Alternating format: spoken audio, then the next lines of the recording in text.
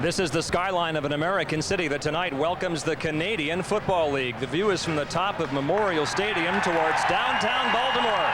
Just beyond the city center is Chesapeake Bay, connected to the harbor. A couple of blocks from the water is Camden Yards, home to the Orioles. But tonight, the hottest ticket in Baltimore gained you admittance to Memorial Stadium, where the Orioles used to play. Now a CFL team does.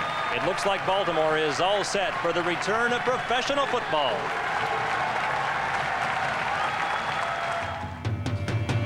Once a storied football franchise owned Baltimore. It won championships and boasted a legendary player who has long since taken his place in the Hall of Fame. Now, new football heroes are waiting to be born here. In Calgary last year, the CFL's reigning hero slipped a bit. The Calgary Stampeders failed in the West Final when Doug Flutie couldn't stand the cold. All too much for fans of a team that had waltzed through the season. Now it's makeup time for Flutie. He's come to his birthplace, Baltimore, determined to deliver the Stampeders their first win of the season. Later tonight, we'll go to the Spangled Stardust Desert, where Ron Meyer leads the Las Vegas Posse against the Saskatchewan Roughriders. Tonight, we feature 4 good teams in a CFL on CBC doubleheader.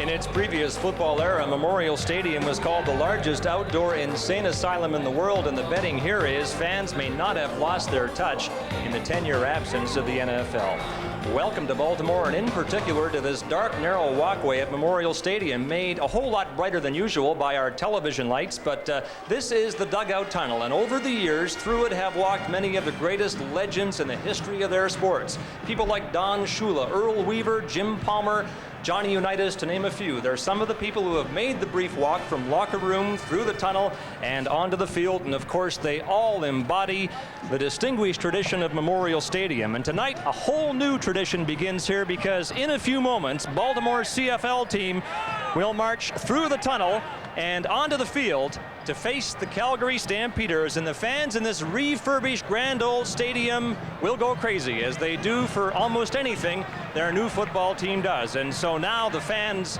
await the players.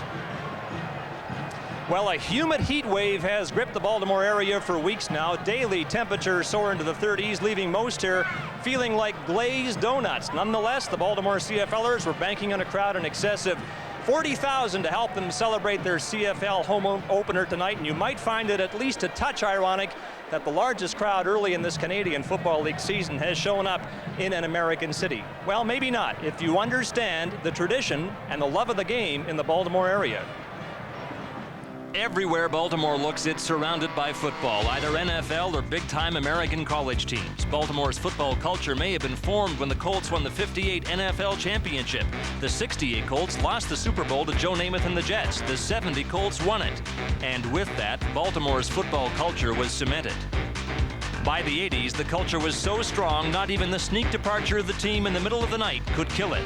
Baltimore is football country. The area still produces hundreds of college and professional players. Memories of good times at Memorial Stadium didn't go with the team to Indianapolis. You want to see the football culture of the area? You can, in the band that played for 10 years when there was no team here.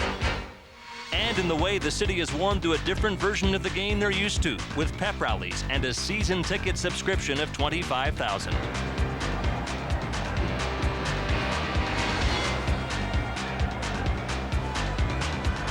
And I think you'd be hard-pressed to find a single fan at Memorial Stadium tonight who has any intention of respecting the court injunction that doesn't permit us to refer to the Baltimore franchise as lively young horses. Fans here will bellow the name Colts at every opportunity, a rebuke, if you will, of the NFL, which has gone to court to prevent use of what it considers one of its trademark names. The injunction was granted in late June in Indianapolis, and this week a Maryland court refused to hear the trademark rights case. The case will now be heard in the Chicago Appellate Court in early August. The crowd erupts here now as the Baltimore CFLers walk onto the field. And let's be honest for a moment, this city's early infatuation with the Canadian Football League likely has as much to do with its disdain of the NFL as it does with its interest in three-down football. There is No love lost for the NFL in this city, not since March 28th of '84, the night on which the moving vans took the team to Indianapolis. And don't the Baltimore CFLers and their fans love this moment. We are awaiting now the symbolic return of professional football to Baltimore. It was the moving vans that took the team out of the city and to Baltimore in the dark of the night on March 28th, '84. And a moving van will bring pro football back to Baltimore in just a few moments, we hope. But let's listen to the moment. The CFL home opener, the debut of the Canadian game in Baltimore.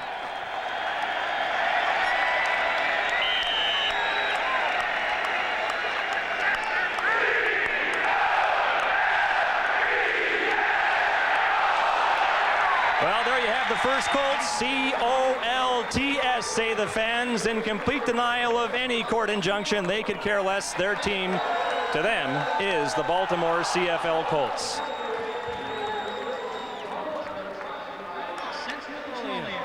Introducing the starting lineup for the Calgary Stampeders. At left tackle, number 60, Bruce Coverton. And at Memorial Stadium, they're set now to introduce the starting lineups. The chorus of boos was for the Calgary Stampeders, who will be introduced first. Center, number 56, Dove Davies. At right guard, number 67, Jamie Crysdale. At right tackle, number 64, Ken Moore. Your wide receiver, number 80, Brian Wiggins. At wide receiver, number 86, Pee Wee Smith. Your slot back, number 18, Alan Pitts. At slot back, number 25, David Sapunjis. Slot back, number 82, Will Moore. At halfback, number 21, Tony Stewart. And at number 20, quarterback Doug Flutie.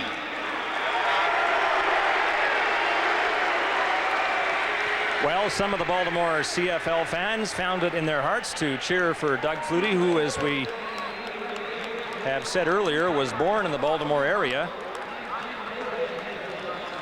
Lived here until the age of 6, then moved to Florida, and of course established himself after that as a standout athlete in the New England area. Now, of course, has been a 3-time outstanding player in the Canadian Football League.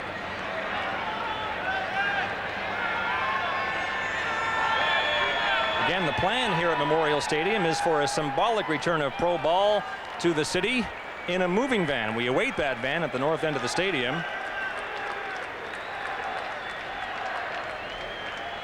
It should come through that gate in just a moment. I'm not sure if the fans have any idea what awaits, but they certainly will cheer, because all of them cried on the night of March 28th, '84, when huge semis, huge moving vans took the Baltimore NFL Colts from this city to Indianapolis.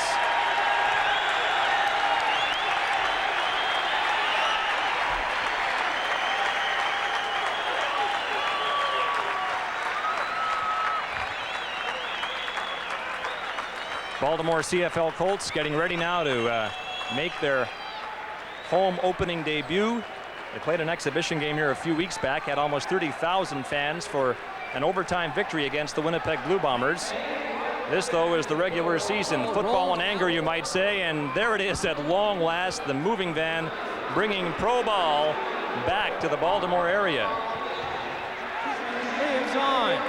The plan was from the Baltimore front office to have the players spill out of the van, but of course there is a game to be played here in just a few moments, so Coach Don Matthews could not go along with that. The cheerleaders, we are told, to be first off the van, and they'll be followed by a couple of principals in the CFL expansion to Baltimore.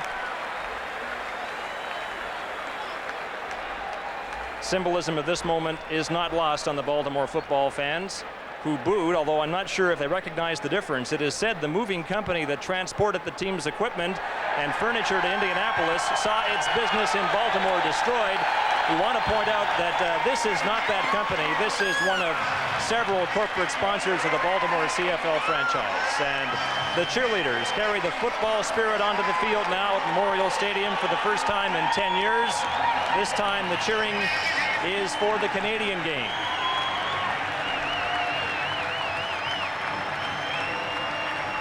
And on horseback, as I mentioned a moment ago, two of the principals in the league's expansion to Baltimore, team owner Jim Spiros and league commissioner Larry Smith. And boy, don't those horses look lively. Those are two city slickers who had better hope the horses cooperate.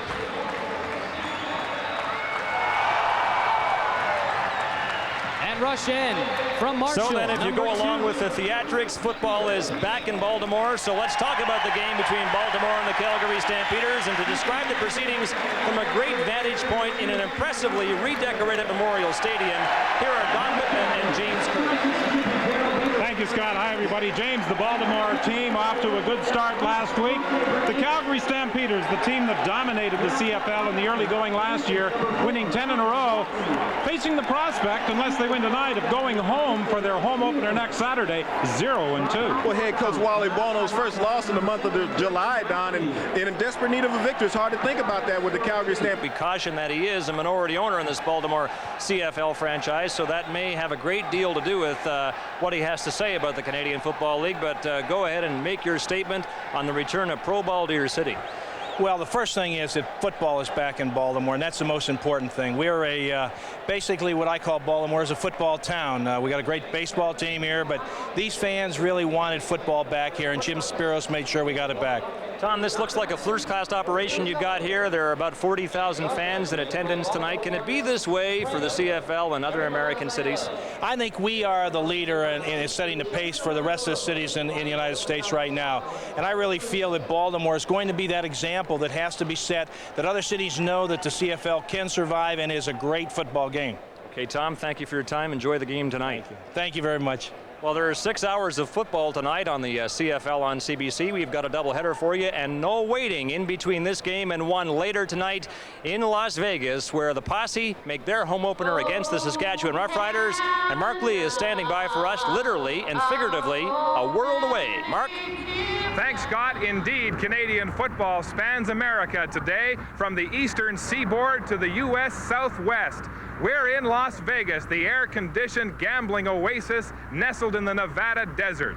You're looking at Sam Boyd Stadium, refitted now with a Canadian-sized football field and home to an expansion team that is drawing rave reviews. The unbeaten Posse are hot. And so is Las Vegas, and it's not just the sizzle in the heart of the Strip, the White Tigers of Siegfried and Roy, the Circus Maximus of Caesars. It's the heat. This city has been baking in a heat wave for a month now, in which temperatures have exceeded 100 degrees Fahrenheit. That's pushing 40 Celsius. It's one thing to be in a climate-controlled casino. It's another to be playing pro football. Quarterback Tom Burgess is back in Saskatchewan colors. He's fresh from a thrilling last-ditch upset of the Stampeders last week. Posse coach Ron Meyer is proving a quick study in Canadian rules football. He's fashioned an unbeaten expansion team with the endurance of a camel in parched conditions, one of the big reasons why they're favored to beat the Rough Riders tonight. Well, I don't know.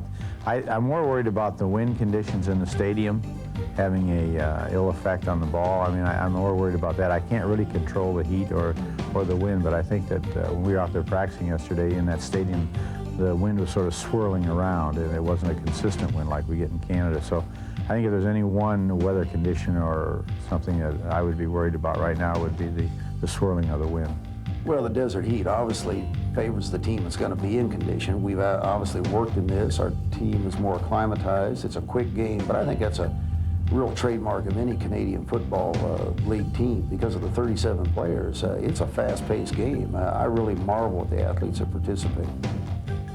And 3 hours to kick off. It's currently 108 degrees Fahrenheit. That's 43 Celsius. I don't know how the players are going to do it, but it's hot enough for me to break the CBC dress code. The sports jacket is gone, and Scott, the sleeves could be next.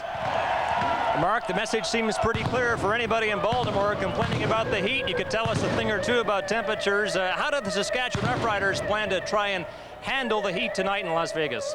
Well, Ray Yach told me this morning the team has actually been preparing for this game since the beginning of training camp. The players have been encouraged to drink plenty of fluids, and they've actually come here equipped with 4 IV bags, solutions for emergency cases in case players get dehydrated. And tell me, Mark, how much would you pay right now for a cold shower? Hey, I do fine to have an umbrella, let alone a cold shower. It's really hot here. In fact, we sent our thermometers out to the playing surface itself. Now, while the air temperature is about 108 Fahrenheit, right on the surface of the artificial turf here at Sam Boyd Stadium, it's about 142 degrees Fahrenheit. I don't know what that converts on the Celsius scale. All I know is it's going to be a torture test out there today when the Posse play their home opener against the Saskatchewan Roughriders about 3 hours from now, right after your game between the Stampeders and the CFLers. Okay, Mark, and we will send you all our viewers to Las Vegas as soon as we've completed proceedings here at Memorial Stadium in Baltimore. They've just completed the national anthems, but you know, amidst all the hoopla of the Baltimore home opener, we should not forget one very important thing, and that is the opposition here tonight is the Calgary Stampeders, installed as 3-1 favorites to win the Grey Cup. If Baltimore is a model expansion franchise, then Calgary certainly is a model established CFL franchise. And the Stampeders are led by quarterback Doug Flutie. The former Heisman Trophy winning quarterback was born in the Baltimore area. He entertained the local media at yesterday's pregame press conference. He was in great demand for interviews and front page news in the local papers today. And earlier, we had a moment with the Calgary quarterback. Doug, you're most closely associated with the New England area. I'm not sure many people know you were born here in Baltimore, and you have some fond and vivid memories of Memorial Stadium. I really do. I was born here, lived here only for 5 or 6 years, but I was a true Oriole fan all my life and Colt fan. And I guess my most vivid memory is sitting in the left field bleachers down there during batting practice. Thurman Munson hits a home run, and I dive in with a group of guys to get the ball. I rip it out, but I drop it. It rolls down about 4 rows, and my 4-year-old little brother, Darren, sitting there and picks up the ball. I guess in a way, then, you're realizing a lifelong dream playing at Memorial Stadium tonight. But that aside, the Stampeders have work to do. You cannot afford to start the season 0-2. No question about it. BC's 2-0, and the competition in the West is going to be stiff. We're 0-1 right now, a place that we're not used to being, and we need a win. We need a win badly. Doug, thanks for your time. Thank you. Doug Flutie's family is in from the Boston area to watch him play tonight. He's got about 70 friends and relatives here at Memorial Stadium. He would like nothing better than to open up the Calgary offense and show the CFL at its wide open best. And so once again, here are Don Whitman and James Curry. Well, Scott, the fans had a taste of wide-open CFL football in the preseason as Baltimore defeated Winnipeg 45-43 in overtime. And the Baltimore team got off to a successful start in the CFL this year, winning the first game of the year in Toronto by a score of 28-20. The next night, the Calgary Stampeders lost to Saskatchewan 22-21. Tracy Ham, the starting quarterback for Baltimore, and Wally Buono will go with Doug Flutie, of course. Steve Taylor is the backup. Doug Flutie, like his Baltimore counterpart, will likely show us a lot of a no-huddle offense in tonight's game. Baltimore won the toss. Don Matthews opted to defer to the second half, and as a result, Calgary will be kicking off. Mike Pringle and an ex-member of the Stampeders, Eddie Britton, who was dropped by the team just prior to the first game of the season, are back to receive.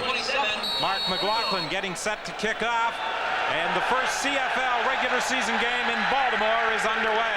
Britton takes the ball at the 15-yard line. Britton tried to get outside, and Doug Kraft came up to make the tackle. A kickoff of 60 yards, a return of 14 for Eddie Britton. He signed a contract on the 11th of July with Baltimore. Tracy Ham, the quarterback that Don Matthews wanted the moment he was appointed coach of this CFL entry, and he will lead the attack as he did last week against Toronto.